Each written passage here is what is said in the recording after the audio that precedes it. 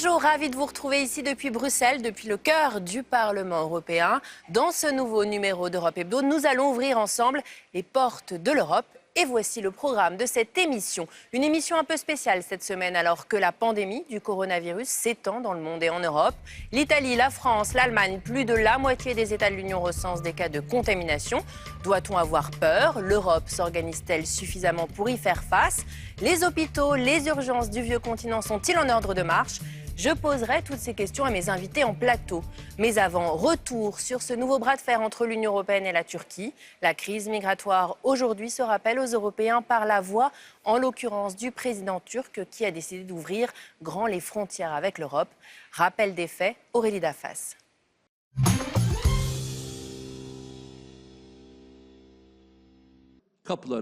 Nous avons ouvert les portes et à l'heure actuelle, environ 18 000 personnes ont franchi ces portes. La Turquie a décidé de ne plus retenir les demandeurs d'asile sur son territoire. Le pays avait pourtant conclu il y a 4 ans un accord avec l'Union européenne.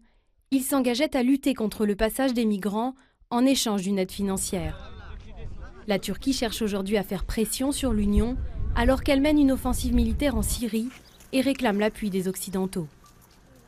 La décision d'ouvrir les frontières a entraîné un afflux de demandeurs d'asile aux portes de la Grèce et de la Bulgarie. Plusieurs dizaines de milliers de personnes se présentent à la frontière.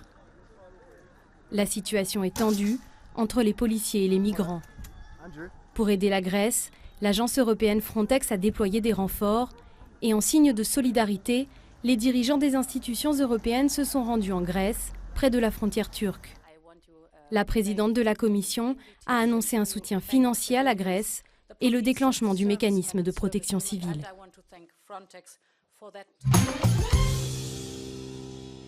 Et j'accueille sur ce plateau Sylvie Guillaume. Bonjour, vous êtes eurodéputée française, socialiste.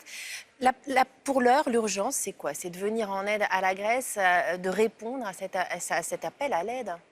Oui, tout à fait. Il faut d'abord rappeler plusieurs choses à la Grèce aussi, dire aux autorités grecques que, quelle que soit la situation, le refoulement est interdit par les lois internationales, c'est-à-dire refouler à des personnes qui sont en besoin de protection, c'est interdit, de la même manière que refuser de prendre des demandes d'asile, c'est interdit. Mais ceci étant dit, ça c'est le droit, et puis il y a la pratique, évidemment, il faut que les autorités grecques soient aidées.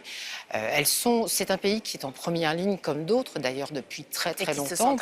Qui se sent seul, qui a été soutenu financièrement, mais le soutien financier ne suffit pas. Je crois qu'on assiste plus qu'à une crise migratoire, une crise de la solidarité et de la responsabilité commune en Europe entre les différents États membres qui, depuis 2015 et 2016, ne prennent pas leurs responsabilités collectives. Et est-ce que vous avez bon espoir que les 27, sur ces questions-là, en 2020, parlent d'une même voix ?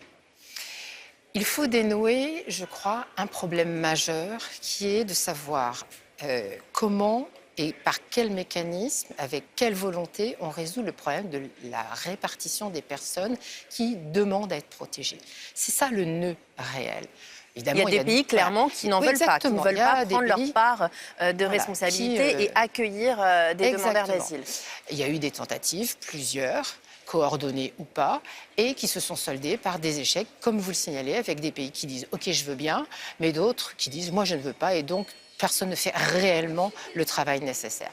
Donc il faut dénouer ce problème et puis cesser d'être systématiquement devant la menace de rétorsion du président turc. Parce que globalement, l'accord dont vous parlez, qui n'est pas un accord d'ailleurs, qui est une déclaration, donc qui n'est absolument pas contraignante, qui a été signée à 3 personnes, cette déclaration de 2016, il nous met dans la main, voilà, nous met, non, ce n'est pas le pacte migratoire. Non, ce qu'on appelle communément, en effet. Donc du coup, ça ne peut pas fonctionner parce que ça nous met sous le chantage du président Erdogan. Donc il faut également, dans cette crise, régler la situation initiale qui est la source et la guerre en Syrie, bien sûr. Alors justement, on le voit, hein, le président turc est à la manœuvre. Il dit vouloir partager le fardeau avec l'Union européenne. La présidente de la Commission, Ursula von der Leyen, lui a en quelque sorte répondu, écoutez. Ceux qui cherchent à tester l'unité de l'Europe seront déçus. Nous tiendrons la ligne et notre unité prévaudra. L'heure est venue d'agir de manière concertée, de garder la tête froide et d'agir sur la base de nos valeurs. La Turquie n'est pas un ennemi et les peuples ne sont pas seulement des moyens pour atteindre un but. Sylvie Guillaume, faut-il durcir le ton avec la Turquie ? Il faut être ferme sur les valeurs que nous défendons. Manifestement, on a quelques divergences, mais il faut aussi parler. Parce que repousser l'adversaire sans lui parler, il va aller parler ailleurs, si vous voyez ce que je veux dire. Le président Erdogan teste effectivement d'autres types de recours et d'autres types de dialogues. Mais parce qu'il y a en toile de fond le conflit syrien. Évidemment, c'est ce que j'indiquais à l'instant. Initialement, cette crise, elle est aussi liée au déplacement de personnes qui fuient une situation de guerre et de souffrance énorme. Mais cette question de la répartition des personnes et de savoir si on affronte aussi nos opinions publiques pour dire tel type, ces personnes ont besoin de notre soutien, ça demande du courage politique, ça demande de l'engagement et il faut que chacun fasse sa part en la matière. Au sein de l'Europe, il y a notamment les pays de Visegrad, Pologne, Hongrie, République tchèque, Slovaquie qui sont parmi les plus réfractaires. Comment justement on arrive à se mettre d'accord, à les convaincre ? Je crois que nous aurons besoin de passer par des outils de contrainte. Alors après, il faut mettre au point la nature de cette contrainte, de cette responsabilité, avec la contrepartie qui doit aller avec l'absence de réponse. Donc, vous savez que ces pays ont estimé qu'ils pouvaient s'en sortir en payant. C'est-à-dire en monnayant d'une certaine manière la vie des personnes, ce qui est absolument inadmissible. Mais c'est pas ce que l'Europe a fait avec la Turquie. Là, mais c'est pas l'Europe. Je redis cela. L'engagement, il est malheureusement, et je le dis de façon extrêmement ferme, l'engagement n'est pas un engagement qui a été, par exemple, validé par le Parlement européen. Dans cette affaire, les élus et la démocratie parlementaire a complètement été balayée. Cette décision, elle a été prise à l'arrache, comme on dit en France et dans les banlieues. Donc, il faut vraiment reprendre cette discussion de façon sérieuse, placer tout le monde devant les responsabilités. Y compris donc les pays de Visegrad. Bien sûr. La Commission européenne doit présenter dans quelques semaines son nouveau pacte de migration dans les semaines à venir. Qu'en attendez-vous ? Que doit-on changer ? Alors, j'en attends là aussi que les questions qui se posent de responsabilité solidaire soient clairement posées. La crainte que j'ai maintenant, c'est qu'une nouvelle fois, on n'utilise pas les outils qui sont à notre disposition. Est-ce que, par exemple, ce pacte va nous dire le règlement de Dublin, qui est un peu la clé de voûte de la question de l'asile dans l'Union européenne, qui oblige l'État membre qui accueille en première entrée la personne qui demande l'asile de traiter sa demande jusqu'au bout, qui est un mécanisme dont tout le monde convient qu'il ne fonctionne pas, va être effectivement balayé ou réformé. Est-ce que, par exemple, ce nouveau pacte va dire cela ? Et j'ai un peu le sentiment que ce qui va nous être proposé, c'est un peu ce qui est aussi au cœur de la discussion aujourd'hui, c'est repousser les questions aux frontières de l'Union. De l'Europe. Et faire le sale boulot entre nous à ceux qui sont les États de périphérie et les États tiers, avec cette idée que les hotspots, ces camps qui sont des centres de rétention ou de détention aux frontières de l'Union, seraient la solution. Moi, je ne pense pas qu'on puisse considérer que les personnes qui demandent l'asile soient forcément des gens à mettre en détention, c'est le moins qu'on puisse dire. Merci à Sylvie Guillaume d'être venue sur notre plateau. Autre sujet qui agite le monde et l'Europe depuis plusieurs semaines, le coronavirus ou Covid-19. On dénombre plusieurs foyers au sein de l'Union européenne. Le niveau de risque est désormais considéré comme élevé. Le résumé de la situation avec Aurélie Dafas.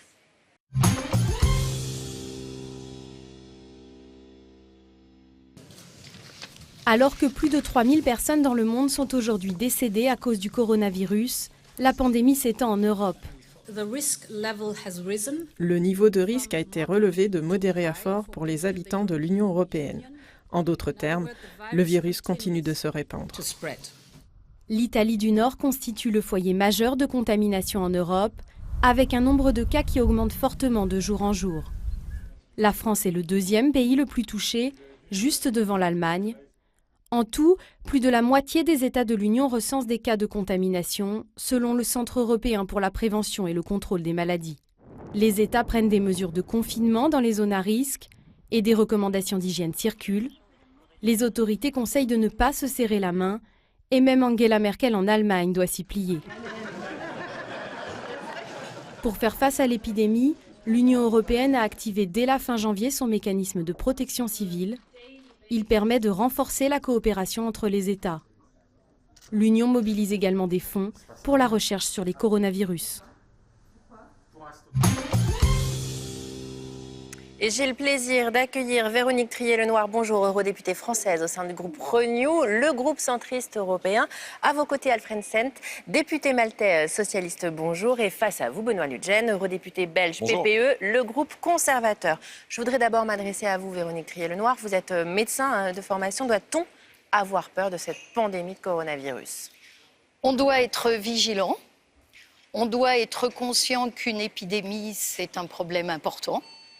On doit s'organiser, on doit anticiper autant qu'on puisse face à un virus qu'on connaît peu, qu'on connaît mal, puisqu'il est nouveau et émergent.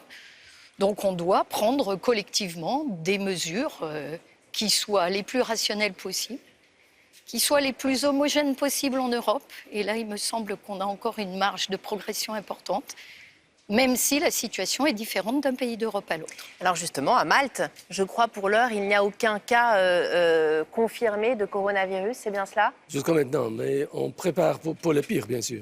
Je suis d'accord avec la vigilance. Je suis aussi d'accord avec la vigilance parce que finalement, on ne sait pas exactement quelles sont les caractéristiques de ce virus. Pas encore, de toute façon. Il y a encore beaucoup d'inconnus. C'est ça. Alors justement, la vigilance. Vigilance. Justement, le niveau de risque en Europe est passé de modéré à élevé. Ça veut dire quoi concrètement, Benoît Lutgen? Ça veut dire qu'il y a une progression dans plusieurs États membres de la pandémie, entre guillemets, et qu'on en arrive à des taux qui sont assez élevés dans certains pays. En France, par exemple, on est au niveau 2 pour l'instant, au stade 2, on va peut-être passer au stade 3. Donc il y a une progression effectivement du virus. Alors la peur n'est pas bonne conseillère.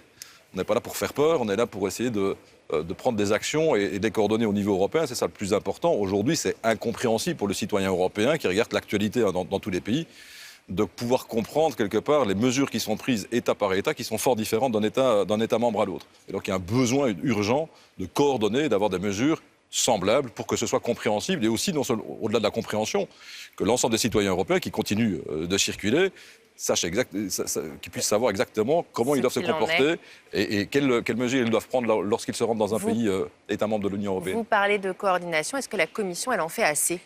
Alors, il y a des mesures qui sont prises en termes d'information, en termes de prévention. Il y a une agence européenne qui fait de la veille sanitaire, qui diffuse de l'information. Il y a des actions de coordination au niveau des États membres. Il y a indiscutablement des mesures qui sont prises. Il y a du financement de la recherche.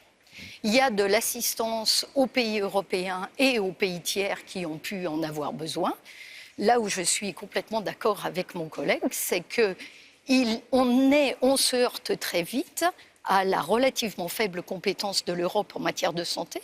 C'est-à-dire que c'est à chaque État membre de décider. Les recommandations butent très vite sur une limite évidente qui sont les prérogatives des États membres en matière de santé.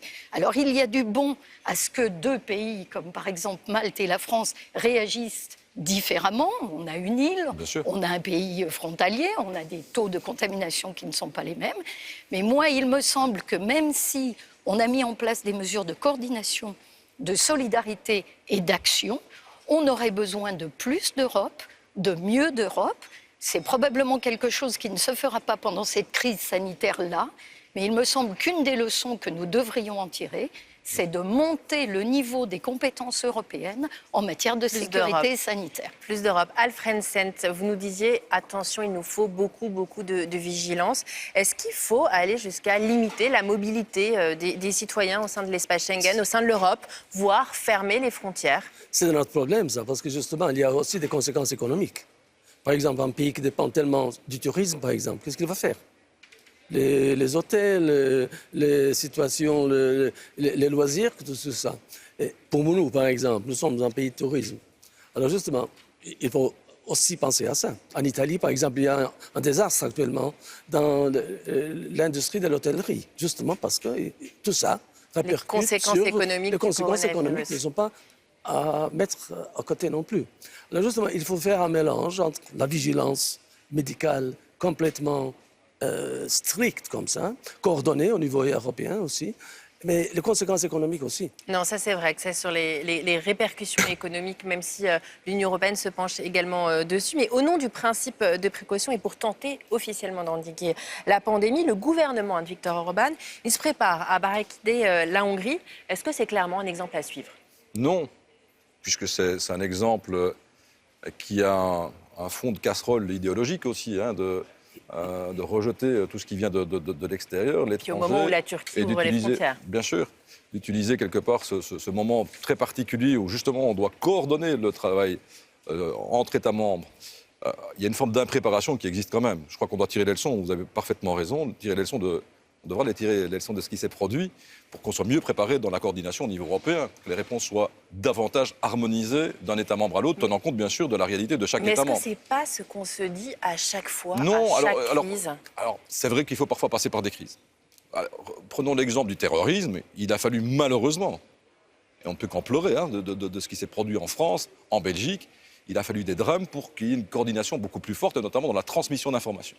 Ici, concernant le coronavirus, on doit avoir cette coordination, cette préparation beaucoup plus forte dans les flux d'informations, dans la façon dont les choses sont coordonnées. Ça, c'est une première leçon. La deuxième, si je puis me permettre, on s'est quand même rendu compte, maintenant, c'est flagrant, que nous sommes très dépendants, notamment en matière de médicaments, à l'égard de l'Asie et de la Chine en particulier, où on se retrouve en pénurie, on le savait déjà, il y a 10 fois plus de pénurie depuis 10 ans qu'auparavant de médicaments sur le continent européen. Stratégiquement, l'Europe doit pouvoir garantir l'approvisionnement, la production sur son territoire de médicaments pour faire face aux besoins de sa population. Ce n'est pas normal d'être dépendant de la Chine à ce point. On l'entend. Et en cas d'accélération de la pandémie et la multiplication du nombre de personnes infectées, nos hôpitaux en Europe sont-ils prêts? Comment les urgences se préparent-elles? Je vous propose de prendre la direction des Pays-Bas, où on a tout fait depuis des années pour désengorger les urgences et éviter ainsi les salles d'attente bondées. C'est un reportage de Jérémy Hensman.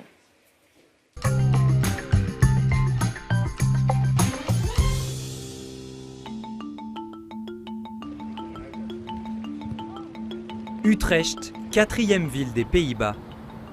Dans ce grand hôpital, à l'accueil des urgences, des banquettes vides et des médecins urgentistes qui prennent le temps de discuter. Pour nous, c'est une journée normale à l'accueil, alors que c'est un vendredi. L'une de nos journées les plus chargées à l'approche du week-end.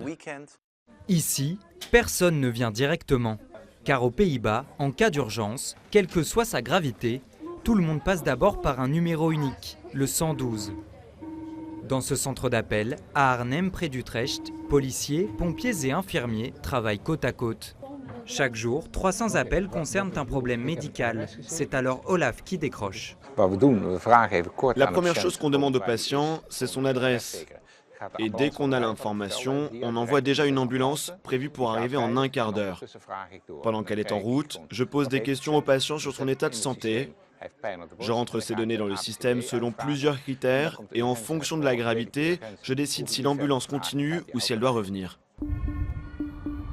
À quelques kilomètres, dans ce service d'ambulance, ces deux infirmiers terminent leurs préparatifs. Une fois chez le patient, ils lui donneront les premiers soins si nécessaire, mais ne l'emmèneront pas forcément aux urgences. Parfois, nous pouvons faire en sorte de rassurer le patient avec un soin adapté. Et parfois, nous pouvons simplement lui apporter des explications sur ce qu'il a pour qu'il se sente mieux.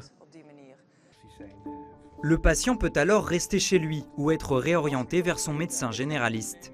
Et pour Sylvie, infirmière depuis 11 ans, ce modèle d'organisation a fait ses preuves. L'an dernier, nous avons vu environ 100 000 patients et nous avons eu seulement 8 erreurs de diagnostic. Aux urgences, le patient est pris en charge en 15 minutes et redirigé vers le service adapté. Résultat, aucune saturation. Mais il y a une autre raison à ce désengorgement. Une franchise de 387 € par an pour la première visite à l'hôpital, même si l'urgence est avérée. Nous voyons 80 à 100 patients par jour aux urgences. Sans le système de filtrage, nous verrions 300 ou 400 patients par jour. Et c'est beaucoup plus que ce que nous pouvons supporter.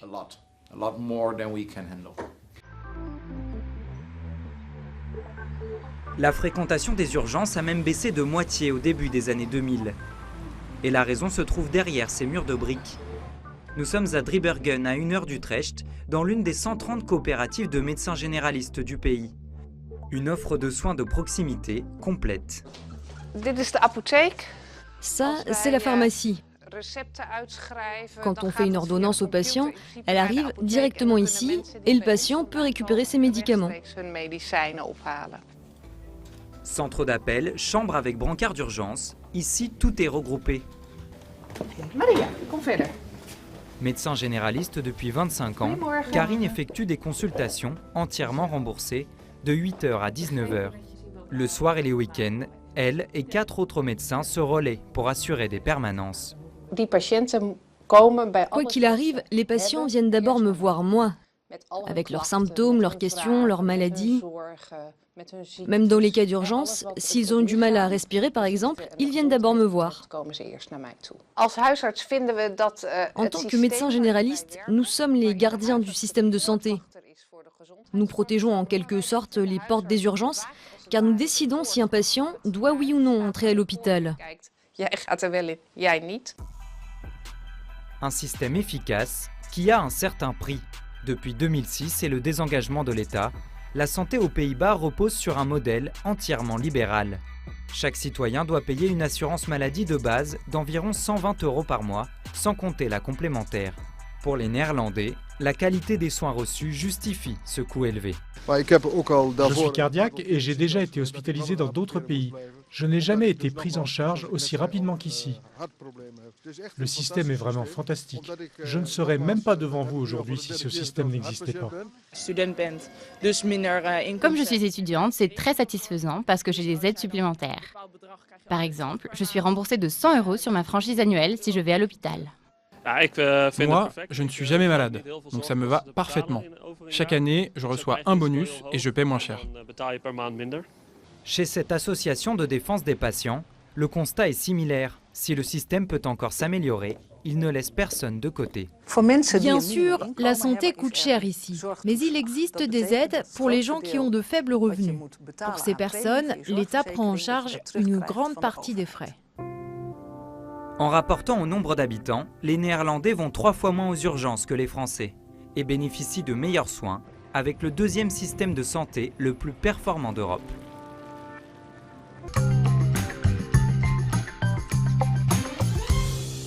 Véronique Trier-Lenoir, un commentaire sur ce fonctionnement aux Pays-Bas, une source d'inspiration pour les hôpitaux en France? Alors, je n'ai pas envie de faire de commentaires ni de comparaison bilatérale d'un pays à l'autre. Ce qui crève les yeux en regardant ce commentaire, ce sont les disparités qui existent entre les pays d'Europe en termes d'organisation des soins de premier recours, en termes de valorisation des professions infirmières, en termes de remboursement des frais de santé.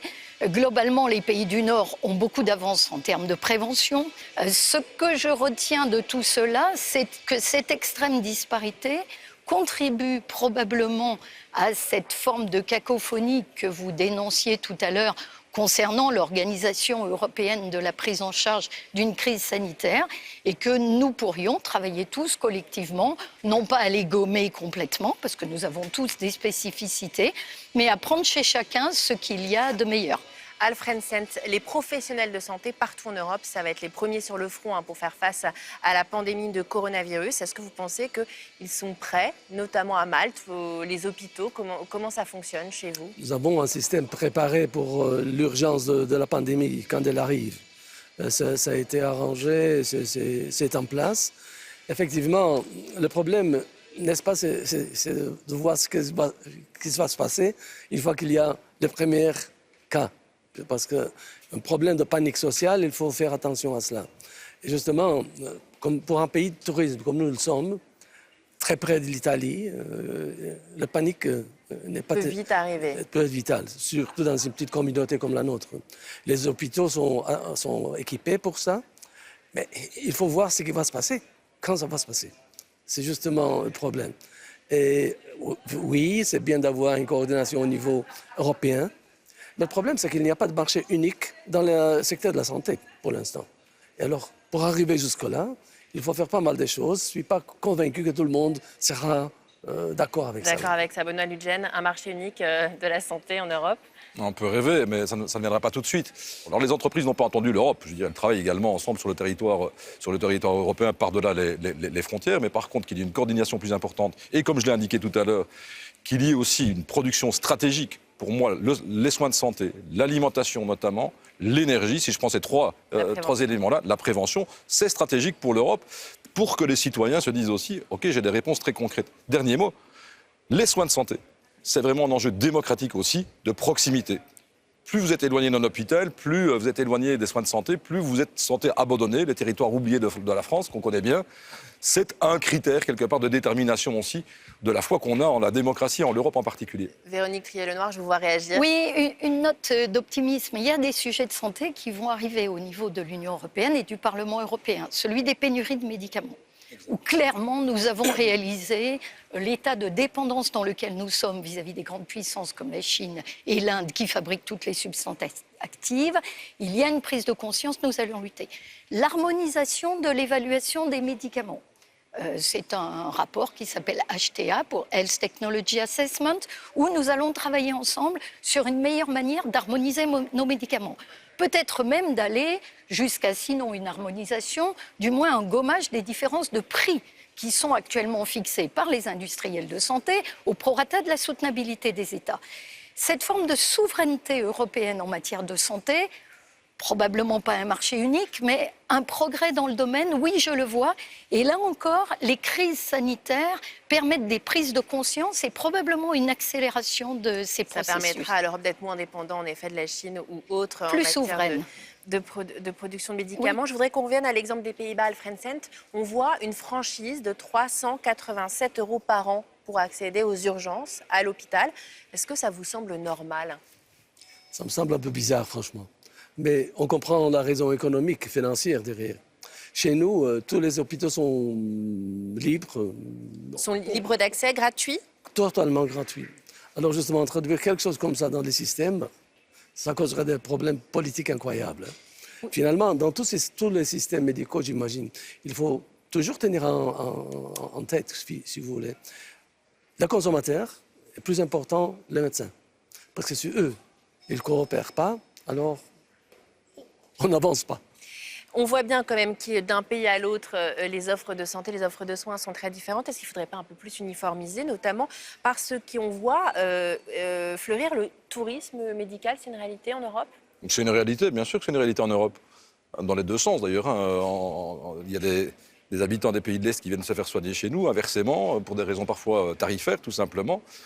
Cette harmonisation-là permettrait aussi d'éviter cela. Il y a aussi une pénurie de médecins très importante, plutôt dans nos pays, France, Belgique notamment, et on va chercher nos médecins en Roumanie ou ailleurs, ou des Français ou des Belges qui vont se former là-bas parce qu'il y a le numerus clausus. On marche sur la tête.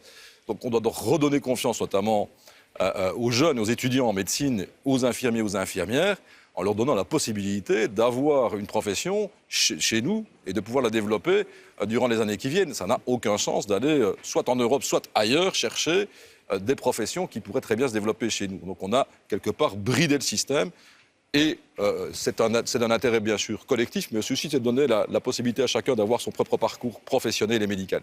Véronique Trier-Lenoir. Tout à fait d'accord avec ce qui vient d'être dit, complètement en phase. Après, entre le moment où on le dit et le moment où on le met en application, ça prendra du temps, mais il y a quand même déjà des directives européennes sur les soins transfrontaliers. Tout à fait. À mon avis, c'est là-dessus, sur ces textes législatifs existants, qu'il faut probablement s'appuyer pour aller vers plus d'Europe et mieux d'Europe en santé. Vous êtes tous les trois d'accord autour de cette table aujourd'hui. Plus d'Europe en matière de soins et de santé. Merci à tous les trois. Ce seront les mots de la fin. Vous pouvez voir et revoir cette émission en replay sur le site internet de Public Sénat, mais aussi sur l'antenne de la RTBF. À très bientôt pour de nouvelles aventures européennes.